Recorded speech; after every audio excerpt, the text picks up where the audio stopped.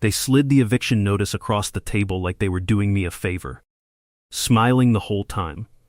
Polite, professional, absolutely convinced they had won.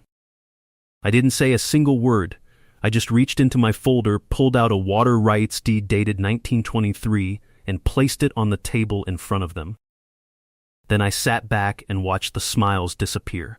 What happened next involved 35 luxury homes, a dam that hadn't been opened in 43 years, federal environmental law, a corruption network that stretched 2 cities, and the most satisfying morning I have ever spent watching water move in the direction it was always supposed to move. But before we get to the part where I open the spillway gates and gravity does what gravity does, you need to understand how a decorated combat veteran and Army Corps engineer ends up sitting across from an HOA president in a Texas courthouse, watching her entire financial empire dissolve like silt in a creek. Drop a comment below and tell me where you're watching from, because this story has everything federal water law, a corrupt city councilman, a property management company that couldn't read a deed, and one very expensive lesson about what happens when you build a luxury subdivision downstream from someone who spent 2 tours in Afghanistan managing water infrastructure in a war zone. My name is Cole Hargrove. I'm 36 years old, an Army Corps of Engineers veteran, and the 3rd-generation owner of 52 acres of hill country land outside San Antonio that my grandfather, everyone called him Big Ray, purchased in 1951 when this part of Texas was still working ranch land and the only traffic on the county road was cattle trucks and school buses. Big Ray was a builder in the most fundamental sense. Not a contractor, not a developer, just a man who believed that if you took care of the land, it would take care of the people on it. In 1979, he constructed an earthen dam on the back portion of the property. Solid engineering, built to Army Corps specifications with their direct technical guidance, designed to capture seasonal rainfall, support the cattle operation, and most importantly, regulate downstream water flow for the farming families whose properties ran along Sycamore Creek below ours. Big Ray never charged those families a cent for the water management benefit. He just considered it the obligation that came with owning the high ground. He always said the back 40 acres would matter someday. Said it every single time we walked the property together when I was a kid, with the particular certainty of a man who had grown up watching what happened to land that went unprotected. He was right. He just didn't live to see what kind of mattering he meant. I did 2 deployments. The first one taught me what it meant to be in a place where clean water was the difference between a functioning village and a humanitarian crisis. The second one taught me how quickly people will manufacture justifications for taking what doesn't belong to them when they believe the original owner isn't watching. While I was on that second deployment, Big Ray died. The property transferred into a family trust managed by my sister Denise, who lives in Portland and whose expertise in Texas land law is roughly equivalent to my expertise in Pacific Northwest salmon fishing. She hired a property management firm called Meridian Land Services to handle the tax payments and routine upkeep. The taxes got paid. The property sat. And Denise, trusting that paid taxes meant protected land, never looked closely at the assessment documents that were quietly reclassifying what she thought was our family ranch. Enter Beverly Crestwood. Beverly is 54 years old, drives a white Range Rover, wears tennis whites as her default professional attire, and possesses a particular social gift that I have only ever encountered in one other high-stakes environment: the ability to make a hostile action feel like generosity while it's happening to you. Her husband, District Councilman Gerald Crestwood, has held his seat for 11 years on the strength of a donor base that includes every significant developer within 40 miles of the city limits. Together, they had built Ridgemont Preserve 35 custom homes on a development that boasted upscale amenities, a community clubhouse, and access to what the marketing materials called a natural water feature. That water feature was Sycamore Creek, the same creek that Big Ray's dam had been regulating since 1979. The same watershed that the 1923 deed in my folder established as our family's senior water rights in perpetuity. The same land they had claimed through adverse possession while I was overseas. Adverse possession is an old legal doctrine with legitimate historical purposes. If land genuinely sits abandoned for an extended period while another party continuously improves and maintains it, that party can sometimes claim ownership through the courts. What it was not designed for, what every legal scholar who has ever written about it would confirm, is as a development tool deployed against military families while their heirs are serving in a combat zone. I drove up to the property in September 2023, expecting to see the same rolling pasture and the glint of Big Ray's dam in the afternoon sun. Instead, I found concrete forms, survey stakes, and a construction crew operating on what my truck's GPS clearly identified as my family's acreage. The foreman had the look of a man who had delivered bad news to unexpected visitors before. "All permitted," he said without making eye contact. HOA property now. Beverly appeared within 20 minutes, rolling up in her white Range Rover with the particular composure of someone who had choreographed this encounter. "Your family stopped maintaining this land years ago, sweetheart," she said. "We're putting it to good use for the community. There are families here now." She was still smiling when she drove away. That smile is the image I came back to every time the next few months got difficult. It kept me focused. The first attorney I hired quoted me $60,000 to challenge the zoning modification. What he didn't mention, what I discovered myself 3 weeks into my own courthouse research, was that Gerald Crestwood had personally shepherded an emergency zoning reclassification through the council that converted our agricultural land to residential development status in a single session without the standard notification period while I was still in theater. 6 council members voted yes. Gerald recused himself. What he didn't disclose was that his construction company held the primary development contract. But that's not what changed everything. What changed everything was a misfiled document I found wedged behind a stack of 1981 irrigation assessments in the county records room on a Tuesday afternoon when I had been in that building for 9 hours straight and was running on courthouse vending machine coffee and stubbornness. The 1923 deed was a senior water rights conveyance. My great-grandfather had purchased priority rights to the entire Sycamore Creek watershed before the county's municipal water system existed, before the city's incorporation, before every single one of those 35 homes had anything underneath them except the geological memory of seasonal floodwater moving exactly where it had always moved. Senior water rights in Texas are not theoretical. They are not subject to neighborhood association bylaws, city council emergency sessions, or development timelines. They predate all of those things, and they supersede them in the way that the foundation of a building supersedes the paint color on the walls. But there was more. Big Ray's 1979 dam construction permits contained something I recognized immediately from my Army Corps training federal jurisdiction language. Any dam built with direct Army Corps guidance for flood control and watershed management purposes doesn't just belong to its owner. It exists within a federal regulatory framework that no HOA board, no city council, and no adverse possession filing can override. The federal jurisdiction created by that permit was still active. Beverly's development team had built 35 luxury homes inside a federally managed watershed without ever obtaining the environmental clearance that federal jurisdiction requires. I called my former unit colleague Danny Park, who now works in EPA enforcement. 20 minutes of conversation with Danny cost me nothing and was worth approximately $60,000 compared to what my first attorney was charging for the same information delivered more slowly. Danny's summary: if Sycamore Creek had been diverted without federal environmental permits, which it had, the construction crews had rerouted it to create their decorative water feature that was a Clean Water Act violation, with fines starting at $50,000 per day. If the dam carried federal jurisdiction, which it did, the HOA had been modifying a federally protected watershed without authorization for the duration of their entire construction project. Beverly had been busy while I was gone. She had also been busy before I came home, which was the part that mattered legally. Beverly's media campaign was impressive in its construction, if not its accuracy. She appeared on the local morning news describing an unstable dam threatening downstream families. She organized a neighborhood safety demonstration with professionally printed signs and a sympathetic reporter who had apparently not read the dam's most recent safety inspection, which rated it excellent in every category.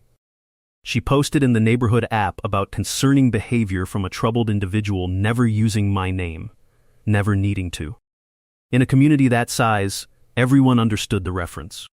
When Gerald used his council position to arrange a simultaneous visit from the building inspector, fire marshal, health department, and animal control on the same morning, a coordination that would have required direct scheduling, I recognized the pressure pattern immediately. In the field, when you want someone to stop doing something inconvenient, you overwhelm them with process requirements until the administrative cost exceeds their capacity to resist. I had seen it applied to village elders in 2 different countries. It works on people who don't have alternatives. I had been building alternatives for 3 months. The HOA complaint Danny helped me file triggered a formal investigation.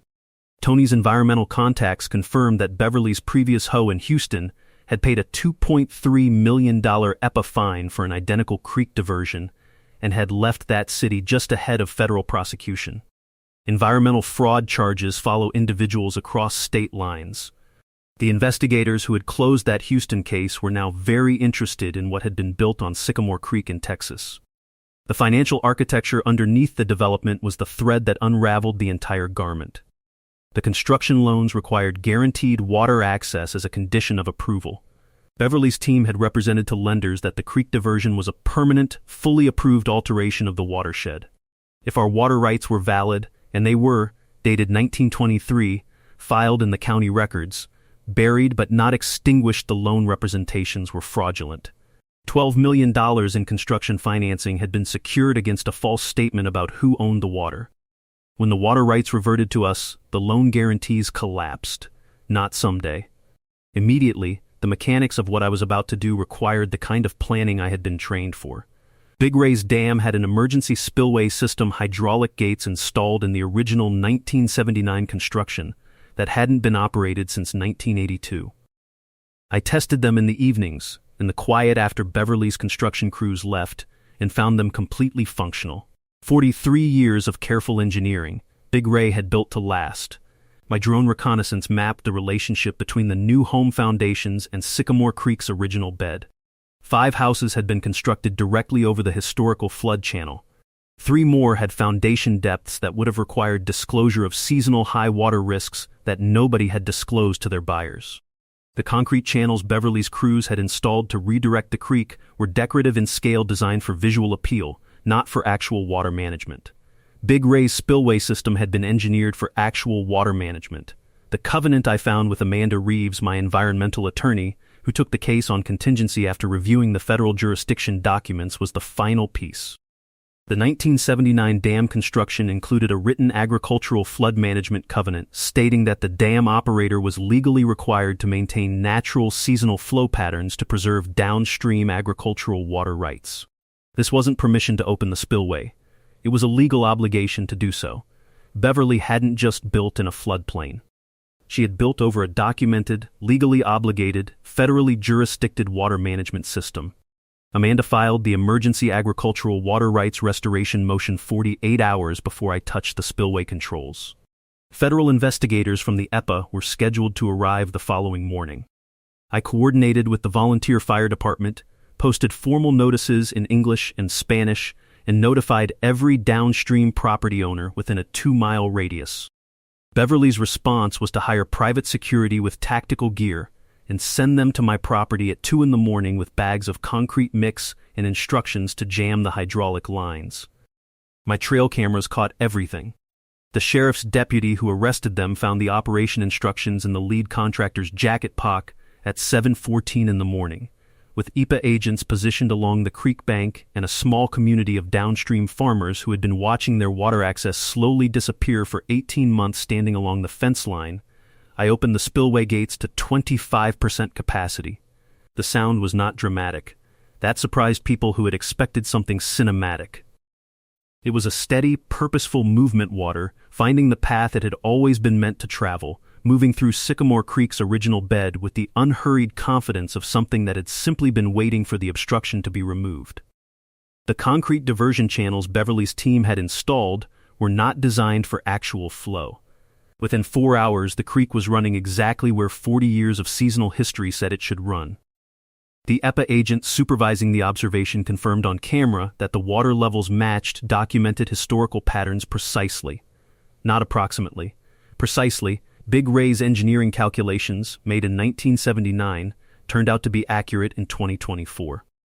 Downstream, a third-generation farming family that had watched their stock pond drop to critically low levels over 18 months watched it begin to fill.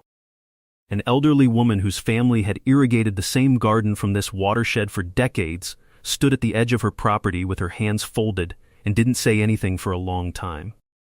Beverly arrived in her Range Rover with a live stream running and attorneys on both flanks. She described what was happening as environmental terrorism, a veteran weaponizing infrastructure against innocent families. The HOA agent she said this to explained, patiently and on camera, that the operation was a legal and properly noticed exercise of documented agricultural water rights. The water wasn't flooding anything, it was flowing in its registered bed. The construction crews that Gerald dispatched to dump concrete into the spillway channel were arrested for interfering with a federal environmental operation. That's a felony. Gerald's recorded phone conversation, captured by Amanda on the courthouse steps under Texas one-party consent law, contained enough material to anchor the federal conspiracy case that the prosecutor announced that afternoon. The courthouse hearing that afternoon had the attendance of a community event that nobody had formally organized. Farmers, environmental advocates, HOA residents who had quietly been wondering what their water feature's actual legal status was, federal agents, and a room full of reporters who had started the day expecting to cover a story about a veteran causing problems and were now covering something considerably more complicated. Beverly's attorneys presented a psychiatrist's assessment of combat-related psychological issues, which was interesting given that the psychiatrist had never met me. Gerald provided engineering testimony about catastrophic flood risk that somehow neglected to mention that no flooding had occurred and that his dam safety analysis directly contradicted the Army Corps inspection record. Amanda presented the 1923 deed, the 1979 covenant, the HOA's field observation confirming proper water management, and the Houston HOA file showing Beverly's previous $2.3 million federal fine for an identical scheme. She then called Gerald as a witness and played his recorded phone conversation for the courtroom. Judge Walsh, a golf companion of Gerald's with campaign contribution connections that Amanda had already moved to disclose, denied every restraining order request, ruled the spillway operation legally compliant, and ordered the HOA to cease interference with the federal investigation. His calculation about what was worth protecting had apparently shifted when a federal prosecutor stood up in his courtroom and announced a criminal investigation into interstate water fraud conspiracy. Gerald was escorted from the courthouse by federal agents, while banking investigators served separate warrants. Beverly gave no comment to the reporters who surrounded her in the parking lot and drove away in her Range Rover at a speed that suggested she already knew what was coming. 6 months later, Gerald Crestwood accepted a federal plea agreement on conspiracy charges. Beverly faced civil penalties exceeding $8 million and filed for bankruptcy protection, while the litigation was still in its early stages. The construction company that had built Ridgemont Preserve paid $12 million in HOA fines and was barred from federal contract work permanently. The HOA dissolved, and the residents, most of whom were entirely innocent buyers who had purchased homes without understanding what their water access documentation actually said, formed a new community association and hired an actual environmental attorney to help them understand their legal position going forward. My property value, once federally designated as part of a protected watershed corridor, increased to well above the value of any comparable residential development. The settlement from the insurance fraud investigation funded a land trust that now holds development rights to the entire Sycamore Creek watershed, ensuring that what happened here cannot be repeated through any subsequent transaction. Miguel Fuentes, whose family had farmed the land adjacent to ours for 3 generations and whose water access had been cut off by the diversion, accepted the deed to his family's original acreage recovered through the federal proceeding and transferred back to him without encumbrance. His daughter is now studying environmental engineering at UT Austin. She told me at the annual creek restoration event last September that she wants to protect watersheds across Texas from people like Beverly. I told her there would be plenty of work. The thing I keep coming back to, sitting on Big Ray's porch on summer evenings watching Sycamore Creek run exactly where he intended it to run, is that none of this required any particular cleverness on my part. It required patience, documentation, and the understanding that water rights law in Texas is older and more durable than any development timeline or HOA board resolution.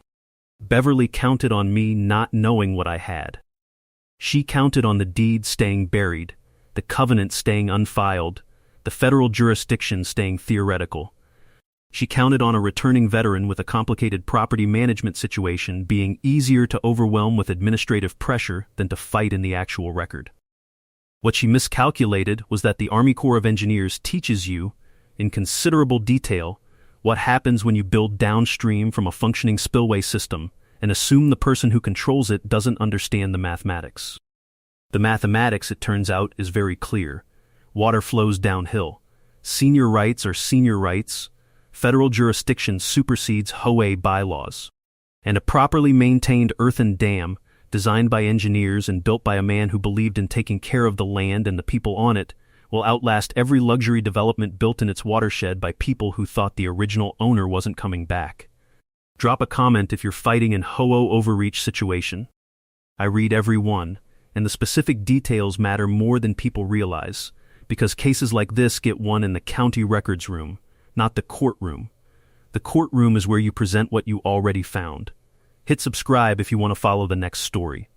Next week involves a solar farm, a city's power grid, and an engineer who cut electricity to a municipal building during an event that the mayor very much did not want interrupted. Sycamore Creek flows free. Big Ray said it would.